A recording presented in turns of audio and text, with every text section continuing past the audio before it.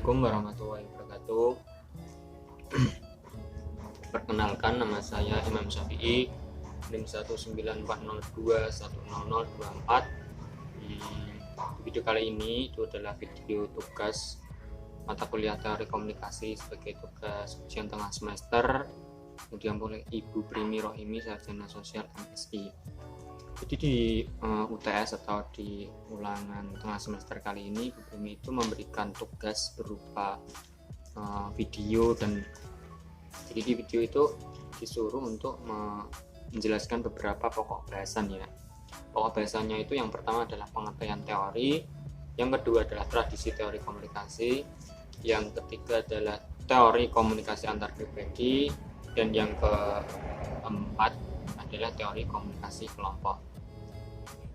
Oke, saya akan membahasnya satu persatu, yang mulai pengertian teori. Jadi teori dalam Kamus Besar Bahasa Indonesia adalah pendapat yang dikemukakan sebagai keterangan mengenai suatu peristiwa atau kejadian. Jadi teori itu bisa dikatakan pendapat asumsi yang dikemukakan oleh seseorang yang profesional ya tentunya, sebagai keterangan mengenai suatu peristiwa. Keterangan ini juga bisa dipahami sebagai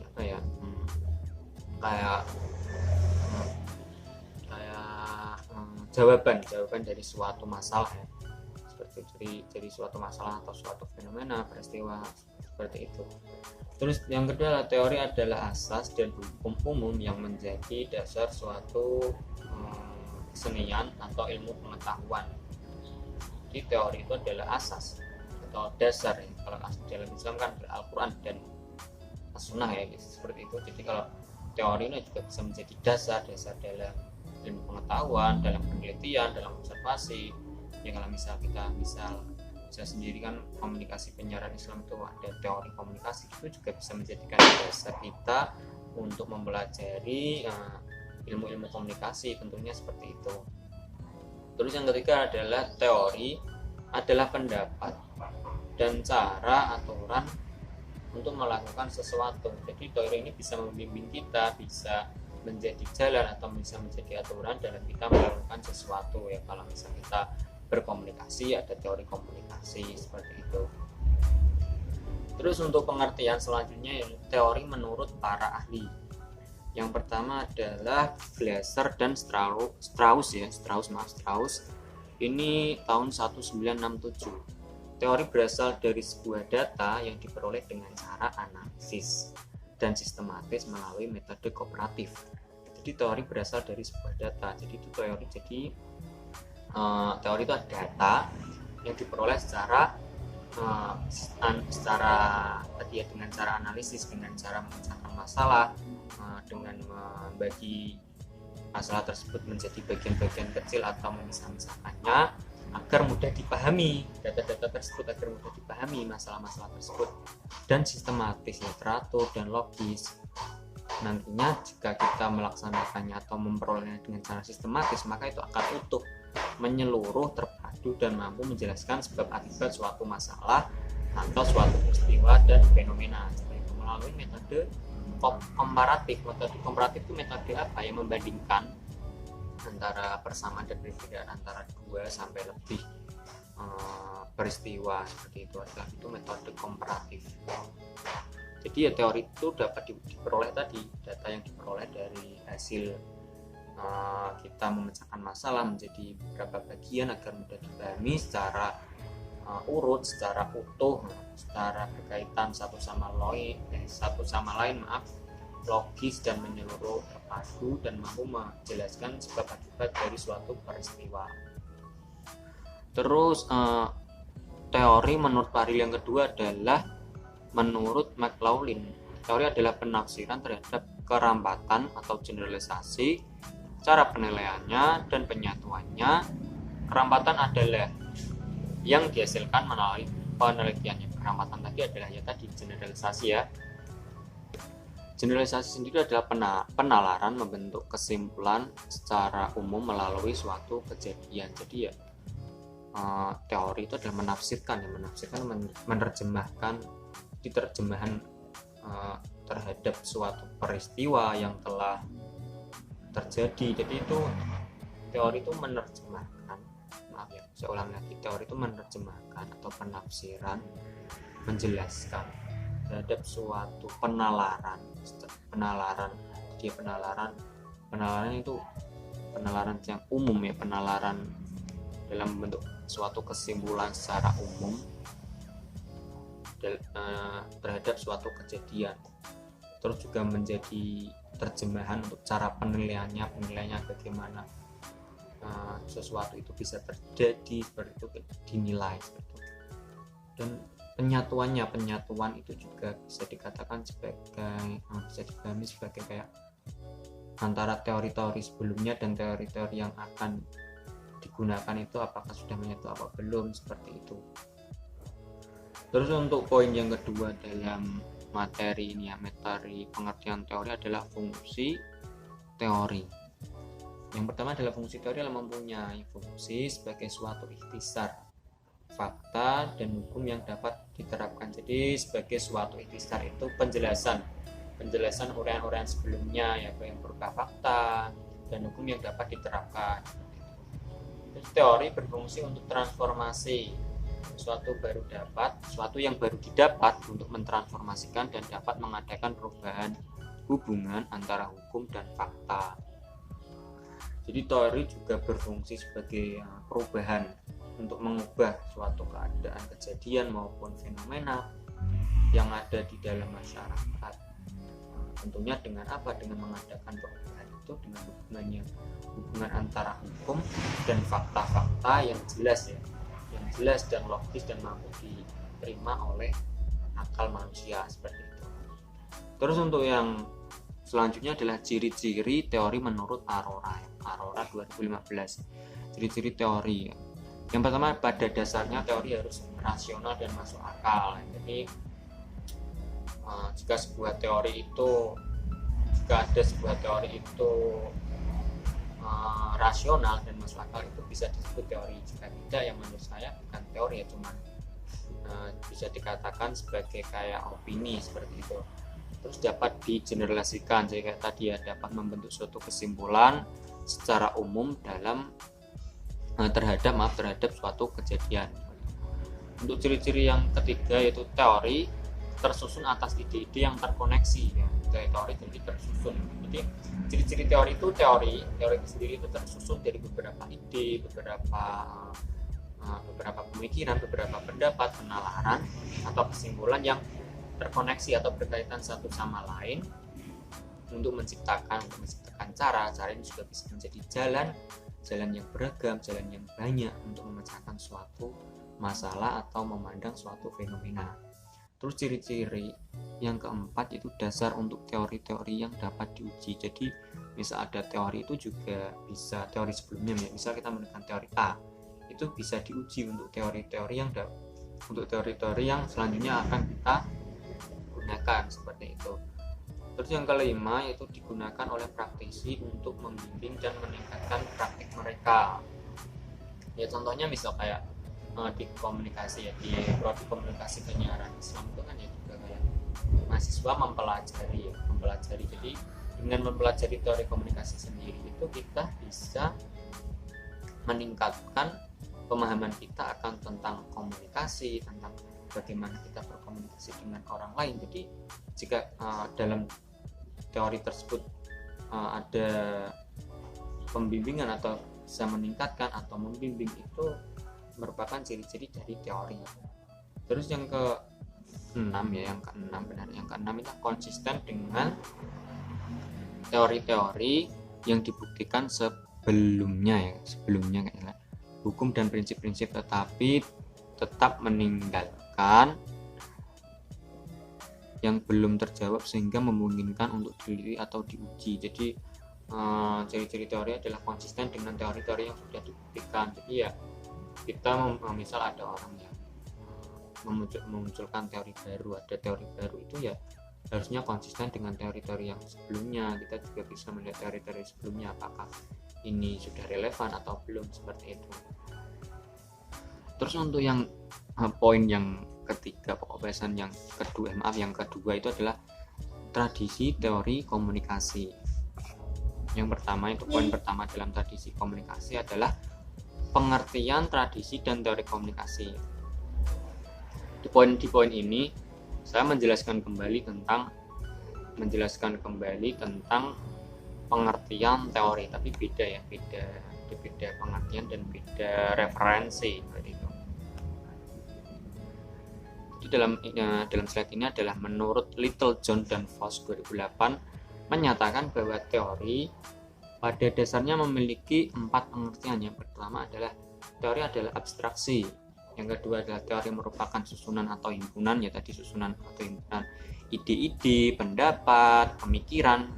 Itu adalah interpretasi tentang suatu hal, tentang penjelasan suatu hal, tentang penafsiran suatu kejadian atau suatu fenomena seperti itu. Terus yang teori juga berisikan rekomendasi tentang suatu tindakan. Jadi teori ini juga bisa dijadikan suatu jawaban atau jalan untuk memecahkan suatu masalah atau tindakan-tindakan yang sedang terjadi seperti itu. Terus pengertian tradisi dan teori komunikasi pada slide yang kedua ini. Teori komunikasi menunjuk pada konseptualisasi atau penjelasan logis mengenai fenomena peristiwa komunikasi dalam kehidupan manusia. Jadi lebih ditekankan ya.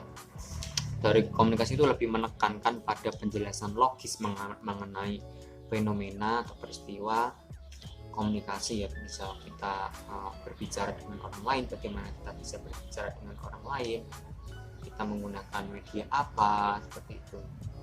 Kita berbicara melalui apa, apakah orang yang kita ajak bicara itu paham atau tidak, seperti itu adalah merupakan teori komunikasi, ya, merupakan salah satu ruang lingkup dalam teori komunikasi.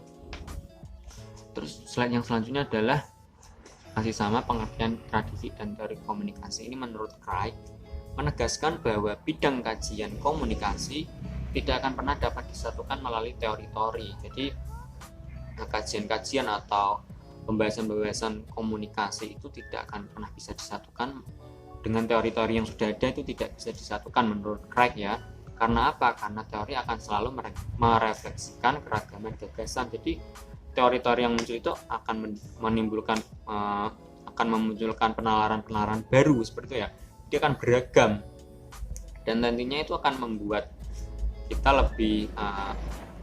akan lebih sulit, ya, menurut saya akan susah untuk menyiapkan teori-teori tersebut karena perbedaan-perbedaan itu. Mungkin kalau kita menggunakan teori satu teori, maksudnya kita menggunakan teori ini untuk hal ini, bukan secara berbarengan, itu it's okay gitu, ya. Terus sehingga selama kita berhadapan dengan bermacam-macam pendekatan, sehingga nantinya kita selama belajar komunikasi itu akan berhadapan dengan bermacam-macam pendekatan, bukan cuma teori, maksudnya kita juga akan belajar tentang pendekatan-pendekatan tentang teori komunikasi atau komunikasi itu sendiri.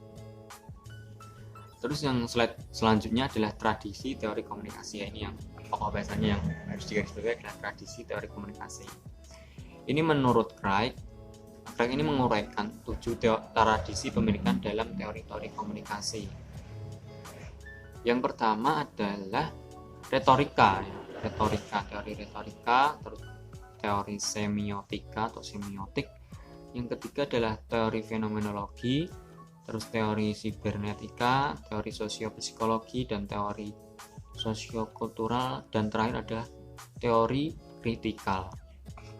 Penjelasannya seperti apa di slide selanjutnya, yaitu yang pertama adalah tradisi retorika. Tradisi retorika memahami komunikasi sebagai pidato publik yang indah. Jadi menurut pemahaman saya, tradisi retorika itu berfokus pada cara-cara atau langkah-langkah kita berkomunikasi dengan sesuatu yang indah, dengan persiapan yang matang seperti itu. Jika digarisbawahi retorika sendiri itu menurut saya kayak retorika ilmu dalam berbicara di depan umum, bagaimana, ya, bisa dikatakan kayak pidato gitu, ya, kayak pidato. Kan kalau di komunikasi di kelas di semester ini saya juga mempelajari ilmu mempelajari matkul retorika dakwah. Jadi dalam berretorika, berbicara di depan umum itu kita harus mampu ya, harus mempunyai persiapan yang matang, bagaimana kita menyusun teks pidato. Kalau kemarin kata Ibu Mubasara itu terdiri kayak atas 3 kalau saya, maaf ya nanti kalau salah bisa dibenarkan maksudnya. Jadi kalau pidato itu kayak terdiri atas 3 bagian ya, kayak 3 bagiannya dianalogikan seperti badan kuda. Yang pertama adalah kepala, terus badan, dan ekor, seperti itu. Jadi ya kepala berisi misalkan salam, pembukaan, pendahuluan, selawat salam gitu ya. Terus isi dari pidato tersebut, apakah pidato itu persuasif atau informatif, seperti itu. Dan yang ketiga adalah itu ya, ekor itu bisa dikatakan sebagai penutup dari pidato itu sendiri. Malah melenceng. Terus yang tradisi yang selanjutnya adalah tradisi semiotika. Tradisi semiotika memahami komunikasi sebagai proses pertukaran makna melalui tanda-tanda. Jadi difokuskan pada tradisi ini itu mengomunikasikan komunikasi itu sebagai suatu proses pertukaran makna yang nantinya mendapatkan timbal balik.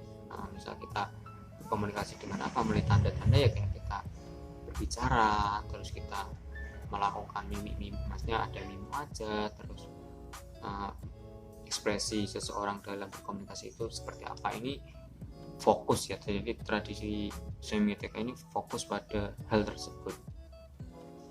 Terus yang selanjutnya adalah tradisi fenomenologi. Tradisi fenomenologi adalah memahami komunikasi sebagai pengalaman diri sendiri dan orang lain melalui dialog. Jadi tradisi ini menurut saya fokus pada pengalaman pribadi dalam berkomunikasi. Apa kita mendapatkan pengalaman yang bagaimana? Pengalaman pribadi itu juga banyak ya, pengalaman tentang diri sendiri, pengalaman bagaimana kita berbicara dengan orang lain, berkomunikasi dengan orang lain. Seperti itu difokuskan dalam tradisi fenomenologi. Terus yang selanjutnya ini adalah masih tradisi teori komunikasi ya. Yang selanjutnya adalah teori sibernetika. Teori ini memahami komunikasi sebagai pemrosesan informasi. Jadi sibernetika ini fokus pada proses informasi. Jadi komunikasi itu bisa dikatakan pemrosesan informasi oleh ini ya, tradisi sibernetika itu sendiri ya. Biasanya kan kalau kita berkomunikasi, kita juga secara tidak langsung akan mendapatkan informasi saat kita berkomunikasi. Terus pengertian terus yang selanjutnya adalah tradisi sosiopsikologis. Tradisi sosiopsikologis ini memahami komunikasi sebagai pengaruh antar pribadi. Jadi ya terdiri dari 2 kata ya, sosio dan psikologis. Sosio itu sendiri kayak sosial gitu ya, berarti kita sebagai manusia itu butuh satu sama lain. Terus kita saat butuh itu kita akan berkomunikasi. Dengan berkomunikasi kita akan tahu atau memahami karakter satu sama lain, bagaimana perasaan atau pengalaman, juga bisa pengalaman ya mas, perasaan, pengalaman kita terhadap berbicara dengan orang lain itu apa, apakah kita mendapatkan emosional yang, apakah kita dapat memenuhi hasrat kita, misalnya kita curhat itu kita akan menekankan rasa gitu ya, rasa emosi, psikis lah, intinya psikis gitu ya. Terus yang selanjutnya adalah tradisi sosiokultural. Tradisi sosiokultural memahami komunikasi sebagai penciptaan realitas sosial. Jadi ini lebih ke budaya masyarakat ya, lebih melekat kepada budaya masyarakat yang ada. Komunikasi itu pembentukannya itu dari budaya-budaya yang sudah ada atau budaya-budaya baru, seperti itu. Terus tradisi kritik, ini tradisi kritikal ini memahami komunikasi sebagai penolakan relektif terhadap wacana yang tidak adil. Ini lebih kepada kayak keadilan ya, lebih menekankan penolakan terhadap sesuatu yang tidak adil. Tradisi ini tuh komunikasi itu lebih dipahami seperti itu. sebagai penolakan terhadap sesuatu yang tidak adil, mungkin kayak ideologi, kekuasaan yang tidak adil atau otoriter seperti itu. Ini menurut tradisi ketika itu seperti itu komunikasi. Selanjutnya adalah komunikasi pribadi. Komunikasi antar pribadi adalah komunikasi yang berlangsung dalam situasi tatap muka antara dua orang atau lebih, baik secara terorganisasi maupun pada kerumunan orang. Jadi komunikasi antar pribadi adalah komunikasi yang berlangsung atau terlaksana dalam situasi tatap muka atau secara langsung, empat mata maupun banyak orang lah.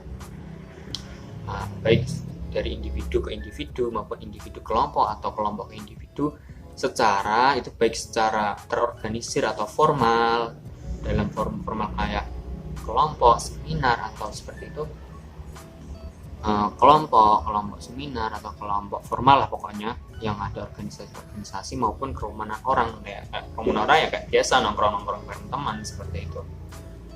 Terus yang selanjutnya adalah komunikasi antar pribadi, masih pengertian ya.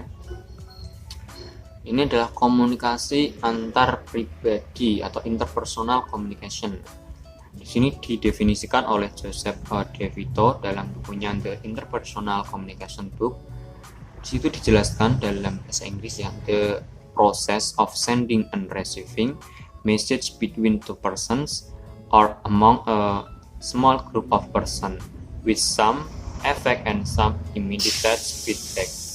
Yang artinya itu proses pengiriman dan penerimaan pesan antara dua orang atau di antara sekelompok kecil orang dengan beberapa efek dan beberapa umpan seketika. Jadi saat kita berkomunikasi itu adalah komunikasi antar pribadi adalah suatu proses pengiriman pesan, pengiriman dan penerimaan pesan antara orang satu dengan orang lainnya, antara individu dengan kelompok, yang nantinya kita akan mendapatkan timbal balik atau feedback secara langsung seperti itu. Itu adalah pengertian komunikasi antar pribadi ya, menurut Joseph De Vito. Terus tujuan komunikasi antar pribadi, tujuan apa ini? Ini dalam buku komunikasi antar pribadi karya Diana Ariswan Triningtyas. Di situ dijelaskan bahwa tujuan komunikasi antar pribadi adalah yang pertama adalah mengenal. Ya, dengan berkomunikasi antar pribadi kita bisa mengenal satu sama lain. Kalau belum kenal bisa kenalan. Terus kalau sudah mengenal kita bisa memahami seseorang, memahami sifat, karakteristik seseorang, atau memahami bagaimana sifat teman kita kepada kita itu bagaimana, lebih mengenal lebih dalam seperti itu. Terus tujuan yang kedua adalah berhubungan. Dengan komunikasi antar pribadi kita bisa berhubungan, bisa menjalin relasi, bisa menambah relasi, terus menjalin silaturahmi dengan teman-teman, kawan lama seperti itu. Terus tujuan yang ketiga itu mempengaruhi. Mempengaruhi itu seperti apa ya? Mempengaruhi, misal kita berkomunikasi antar pribadi dengan orang baik, maka kita akan mendapatkan pengaruh baik. Begitu pula sebaliknya jika kita berkomunikasi dengan orang yang buruk, itu ya kita akan mendapatkan timbal balik yang buruk juga seperti itu. Kalau ya kayak pepatah ya, kita misal berkumpul dengan orang penjual minyak wangi, kita akan mendapat pengaruh atau mendapatkan timbal balik, kita akan wangi seperti itu. Jika kita berkumpul dengan atau setidaknya kayak kumpul kebo ya, kita akan mendapatkan kita berkumpul dengan orang yang di sawah atau orang yang bukan saya menjustifikasi, tapi kayak kita akan mendapatkan lumpur seperti itu ya. Terus yang keempat adalah tujuan yang keempat adalah bermain ya. Kita dengan berkomunikasi antar pribadi kita bisa bermain, bercanda, bisa melepaskan sedikit masalah kita seperti itu. Terus yang kelima itu adalah membantu. Dengan berkomunikasi antar pribadi ya, tidak juga antar pribadi sebenarnya ya, dengan kita berkomunikasi kita itu bisa membantu sama lain. Misal kita sudah mengenal satu sama lain kan, otomatis kita juga orang ini kayak gini ya, misal kita orang ini kalau ada masalah tuh orangnya kayak gini, jadi kita bisa membantu. Kita bisa bertanya, oh kamu ada masalah ya, mungkin saya bisa membantu, apa yang bisa saya bantu, seperti itu. Terus yang slide selanjutnya adalah ciri komunikasi antar pribadi yang efektif. Maksudnya ciri komunikasi antar pribadi yang efektif itu seperti apa? Itu dalam buku komunikasi antar pribadi, Aloli Lowery mengutip pendapat Joseph A. De Vito mengenai ciri komunikasi antar pribadi yaitu efektif ya. Yaitu yang pertama adalah keterbukaan. Jika komunikasi itu terbuka satu sama lain, mampu memahami satu sama lain tentang masalah-masalah yang ada, misal kita berkomunikasi dengan teman kita, terus kita memahami masalah mereka, atau kita setelah berkomunikasi terus kita terbuka dengan masalah atau dengan tugas lah, misalnya sebenarnya tugas lah sebagai mahasiswa. Dengan kita keterbukaan itu kita akan menghasilkan komunikasi antar pribadi yang efektif, seperti itu. Terus yang kedua adalah empati. Empati ini ya rasa tolong menolong atau rasa ya benar-benar rasa tolong menolong gitu ya. Dengan misal kita sudah mengetahui tadi, dengan terbuka kita sudah mengetahui, oh kamu kesulitan dalam tugas ini, kita bisa membantu, kita akan menimbulkan empati kepada seseorang tersebut. Terus yang ketiga, ciri yang ketiga, ciri komunikasi antar pribadi yang efektif yang ketiga adalah dukungan. Setelah kita tadi keterbukaan, kita tolong menolong, kita mendukung satu sama lain. Yuk kamu bisa kamu setelah kamu dapat ini, sudah mendapatkan bantuan dari teman kita tentang suatu tugas atau dukungan, kita akan mendapatkan dukungan atau support kepada lawan bicara kita, seperti itu. Terus rasa positif, jadi komunikasi antar pribadi ini akan menimbulkan rasa positif. Ya rasa positif ya, dengan kita terbantu, dengan kita mendapatkan dukungan, otomatis kita akan mendapatkan rasa yang positif. Terus yang kelima yaitu kesetaraan. Jadi komunikasi antar pribadi yang efektif yang kelima adalah kesetaraan. Ya kita berbicara dengan, maksudnya jika komunikasi antar pribadi itu setara, maksudnya ngomongnya itu ya sesuai dengan pokok bahasan, sesuai dengan materi, sesuai dengan bisa dibilang nggak satu frekuensi, seperti ya, itu akan menimbulkan komunikasi antar pribadi atau menghasilkan komunikasi antar pribadi yang efektif, seperti itu. Terus macam-macam komunikasi antar pribadi. Yang pertama ini ya, teori komunikasi antar pribadi terpusat pada individu, yaitu teori kumpulan tindakan, terus teori atribusi, yang ketiga adalah teori konstruktivisme, teori interaksi imajiner, teori perencanaan komunikasi, teori pembentukan relasional, teori pengelolaan ketidakpastian, dan yang terakhir adalah teori reduksi ketidakpastian. Nah, terus yang pokok bahasan yang terakhir itu adalah teori komunikasi kelompok. Teori komunikasi kelompok itu apa? Jadi menurut Walgito, komunikasi kelompok itu terdiri dari dua kata, yaitu komunikasi dan kelompok. Komunikasi di dalam bahasa Inggris itu adalah communication, yang berasal dari kata Latin communicatio dan bersumber dari kata komunis yang berarti sama, yakni maksudnya menyamakan suatu makna. Nah, terus sedangkan kelompok sendiri menurut Heriadi 2011 ini, kelompok dapat dipandang dari segi persepsi, motivasi dan tujuan, dan interpretensi, dan juga dari segi interaksi. Jadi suatu kelompok itu bisa dipandang kelompok itu bertujuan untuk apa, hanya untuk menimbulkan persepsi atau penilaian tentang seseorang, atau dengan kita mengikuti kelompok kita bisa mendapatkan motivasi, dengan kita mengikuti kelompok kita bisa mendapatkan tujuan, atau kita bisa berinteraksi dengan mengikuti kelompok. Terus apa komunikasi kelompok itu apa? Jadi komunikasi kelompok itu adalah menyamakan suatu makna di dalam suatu kelompok mana. Tadi ya bisa kayak penilaian seseorang, motivasi, tujuan, interpretensi, dan juga dari interaksi tersebut. Terus yang ke slide selanjutnya itu adalah ciri-ciri kelompok. Menurut Heriadi, bahwa pengertian kelompok memiliki ciri-ciri seperti 2 orang atau lebih. Jadi kelompok itu ya terdiri dari 2 orang lebih. Kemarin itu juga saya di mata kuliah komunikasi kelompok itu, kelompok yang efektif itu kalau nggak salah terdiri dari 5 sampai 7 orang itu akan mendapatkan kelompok yang efektif ya. Seperti itu. Terus yang ciri-ciri yang kelompok yang kedua yaitu ada interaksi di antara anggotanya. Jadi ya dalam kelompok ya komunikasi dalam kelompok itu ya akan menimbulkan interaksi. Dengan interaksi itu ya dengan interaksi yang telah berjalan, yang sedang berjalan itu ya juga bisa disebut ciri-ciri ya, ciri-ciri dari kelompok itu sendiri. Terus yang ketiga yaitu memiliki tujuan atau goals. Jadi ya jika suatu kelompok tidak memiliki tujuan ya itu juga bisa dibilang kelompok, cuman ya kalau di sini kan ya ciri-ciri kelompok harus memiliki tujuan. Jika kelompok juga biasanya juga memiliki tujuan sih sebenarnya.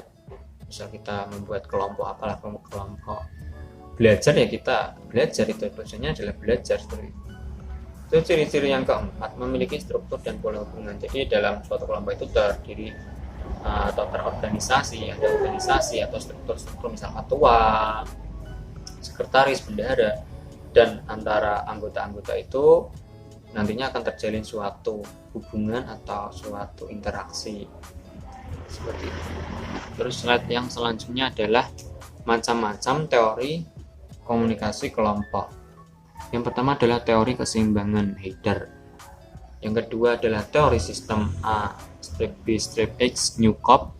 Yang ketiga teori proses perbandingan sosial menurut Fenster, teori pertukaran sosial menurut Timbau dan Kelly, terus teori sosiometris dari Moreno, teori Humans, ini sistem internal dan eksternal. Yang selanjutnya adalah teori analisis proses interaksi.